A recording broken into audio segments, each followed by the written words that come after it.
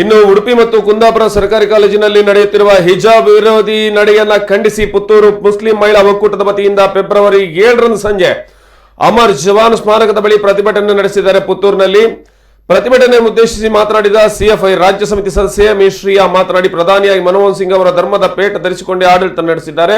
ಪ್ರತಿಭಾ ಪಾಟೀಲ್ ತಲೆ ಹೊದಿಕೆ ಹಾಕಿಕೊಂಡೇ ಆಡಳಿತ ನಡೆಸಿದ್ದಾರೆ. ಅವರಿಗೆ ಇಡೀ ರಾಷ್ಟ್ರವೇ ತಲೆಬಾಗಿದೆ. ಆದರೆ ಮುಸ್ಲಿಂ ಮಹಿಳೆಯರು ಮಾತ್ರ ಹಿಜಾಬ್ ಧರಿಸಿದರೆ ದೌರ್ಜನ್ಯ ಯಾಕೆ ಅಂತ ಪ್ರಶ್ನಿಸಿದ್ದಾರೆ.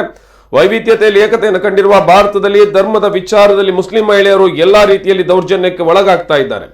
ಹಿಜಾಬ್ ನಮ್ಮ ಘನತೆ, ಅದು ಧರ್ಮದ ಹಕ್ಕು. ನಾವು ಹಿಜಾಬ್ ಧರಿಸಿದ ಬಳಿಕ ಹಿಂದೂಗಳಿಗೆ ಧರ್ಮದ ನೆನಪಾಗಿದ್ದು ಕೇಸರಿ ಶಾಲ್ ಧರಿಸ್ತಾ ಇದ್ದಾರೆ. ಹಿಜಾಬ್ ಧರಿಸೋದು ನಮ್ಮ ಘನತೆಯ ಸಂಕೇತ, ವಿವಾದಕ್ಕಾಗಿ ಧರಿಸುತ್ತಿಲ್ಲ ಎಂದು ಹೇಳಿದ್ದಾರೆ.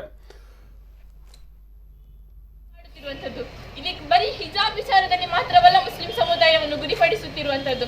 ಲವ್ ಜಿಹಾದ್ ಆಗಿರ್ಬೋದು, ಮತಾಂಧತೆ, ಇಂತಹ ಹಲವಾರು ವಿಚಾರಗಳಲ್ಲಿ ಈ ಮೊನ್ನೆ ಸ್ಟಾರ್ಟ್ ಆದಂತಹ ಸುಲ್ಲಿ ಬುಲ್ಲಿ ಡೀಫ್ಗಳ ಈ ಆಪ್ಗಳಲ್ಲಿ ಕೂಡ ಮುಸ್ಲಿಂ ಸಮುದಾಯದ ಮಹಿಳೆಯರನ್ನು ಟಾರ್ಗೆಟ್ ಮಾಡ್ತಾ ಇದ್ದಾರೆ.